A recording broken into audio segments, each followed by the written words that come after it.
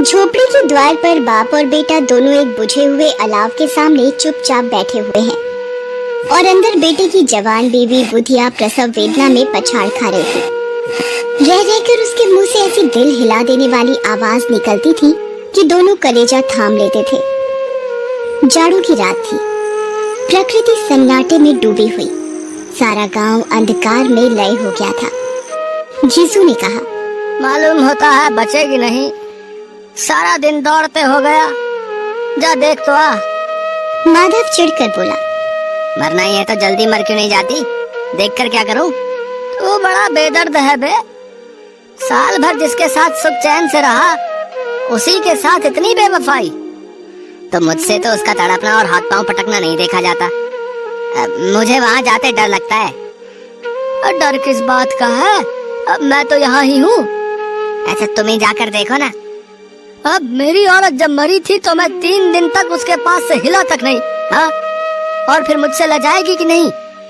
जिसका कभी मुंह नहीं देखा उसका आज उधड़ा हुआ बदन देखूं, है? उसे तन की सुध भी तो ना होगी। मुझे देख लेगी तो खुलकर हाथ पांव भी न पटक सकेगी। मैं सोचता हूँ कोई बाल बच्चा हुआ तो क्या होगा। सूंठ गुड़ तेल कुछ भी तो नहीं है घर में। वही अलाव के सामने अपनी धोतियां ओढ़कर पांव पेट में डाले सो रहे, जैसे 2 बड़े बड़े अजगर गेंडुलिया मारे पड़े हों, और बुधिया अभी तक कराह रही थी। सवेरे माधव ने कोठरी में जाकर देखा तो उसकी स्त्री ठंडी हो गई थी। उसके मुंह पर मक्खियां भिनक रही थी। पथराई हुई आंखें ऊपर टंगी हुई थी।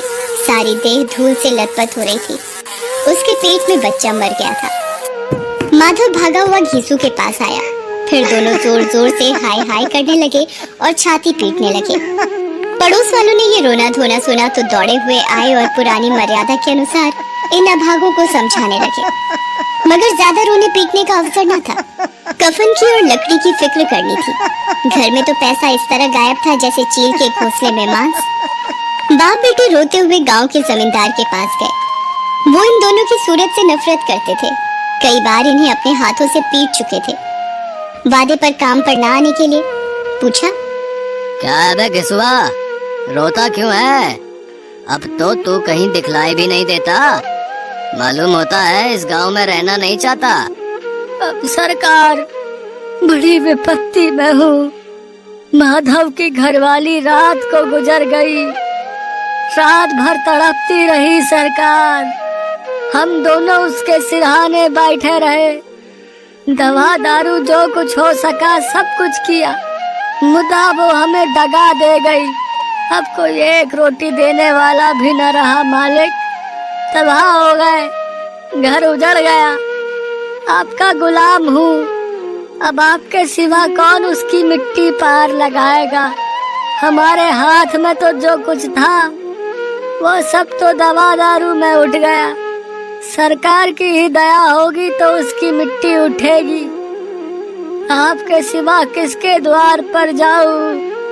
जमींदार साहब दयालु थे, मगर घीसू पर दया करना काले कंबल पर रंग चढ़ाना था।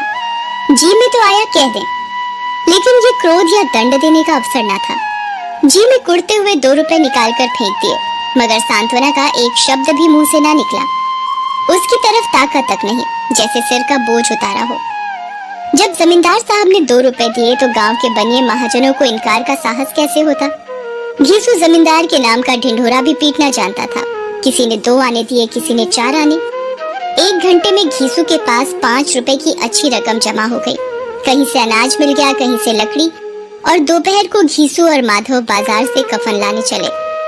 बाजार में पहुंचकर घीसू बोला, लकड़ी तो उसे जलाने भर को मिल गई है। क्यों माधव? हाँ, लकड़ी तो बहुत है, अब कफन चाहिए। तो चलो कोई हल्का सा कफन ले ले। हाँ और क्या, लाश उठते उठते रात हो जाएगी। रात को कफन कौन देखता है? कैसा बुरा रिवाज है कि जिसे जीते जी तन ढकने को चीथड़ा भी न मिले, उसे मरने पर नया कफन चाहिए। कफन लाश के साथ जल ही तो जाता है, और क्या रखा रहता है। यही 5 रुपए पहले मिलते तो कुछ दवा दारू कर लेते। दोनों एक दूसरे के मन की बात ताड़ रहे थे। बाजार में इधर उधर घूमते रहे। कभी इस बजाज की दुकान पर गए, कभी उसकी दुकान पर। तरह तरह के कपड़े, रेशमी और सूती देखे, मगर कुछ जचा नहीं। साहू जी, एक बोतल हमें भी देना।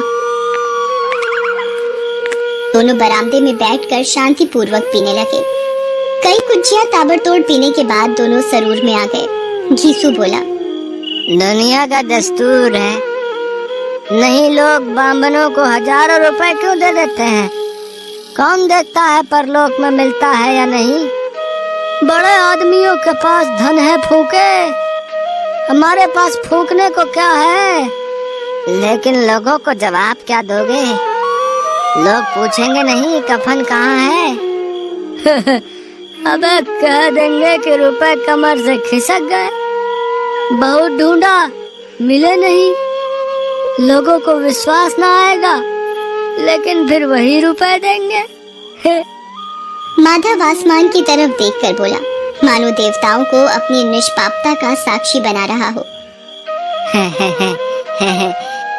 इस अनपेक्षित सौभाग्य पर बड़ी अच्छी थी बेचारी, मरी तो खूब खिला पिला कर। आधी बोतल से ज्यादा उड़ गई। घीसू ने 2 सेर पूड़ियां मंगाई। चटनी, अचार, कलेजियां। शराब खाने के सामने ही दुकान थी। माधव लपक कर 2 पत्तलों में सारे सामान ले आया। पूरा 1.5 रुपया खर्च हो गया। सिर्फ थोड़े से पैसे बचे रहे।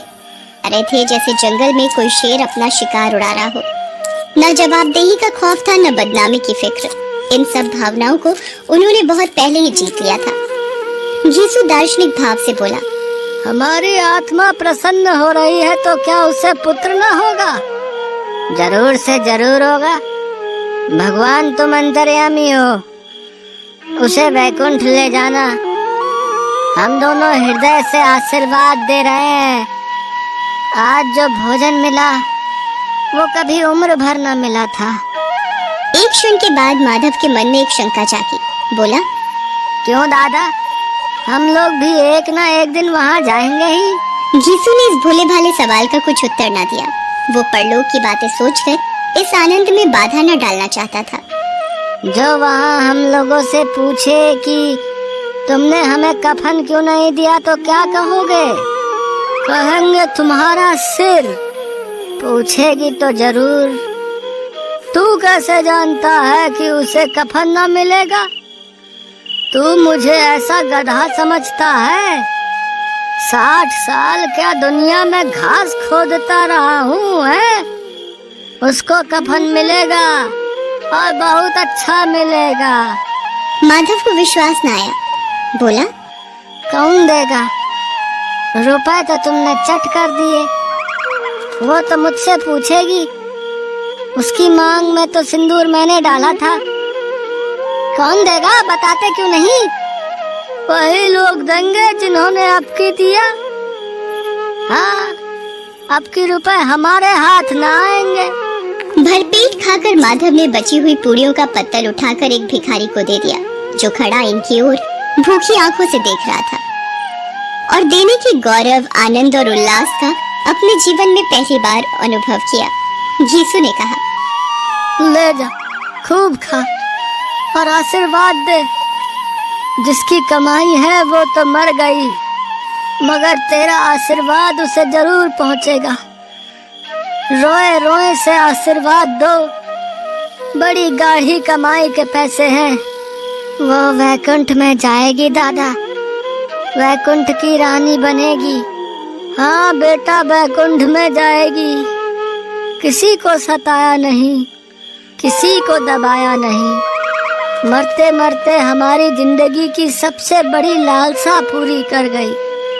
वो ना वैकुंठ जाएगी तो क्या ये मोटे मोटे लोग जाएंगे, जो गरीबों को दोनों हाथों से लूटते हैं और अपने पाप को धोने के लिए गंगा में नहाते हैं और मंदिरों में जल चढ़ाते हैं। मगर दादा, बेचारी ने जिंदगी में बहुत दुख भोगा, कितना दुख झेलकर मरी। वो आंखों पर हाथ रखकर रोने लगा, चीखें मार मार कर। घीसू ने समझाया, क्यों रोता है बेटा? खुश हो कि वो माया जाल से मुक्त हो गई, जंजाल से छूट गई। बड़ी भाग्यवान थी जो इतनी जल्द मोह माया के बंधन तोड़ दिए।